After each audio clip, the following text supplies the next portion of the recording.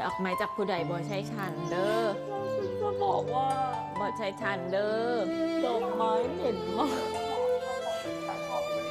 คุณมีอะไรจะพูดปะ ไม่ผิดฉันไม่ได้แบบอันนี้เอง อย่าเลิกลากนะคะ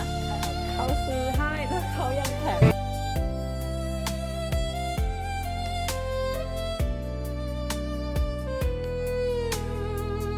คุณแม่คุณแอบแชทกับเขา I never believed in destiny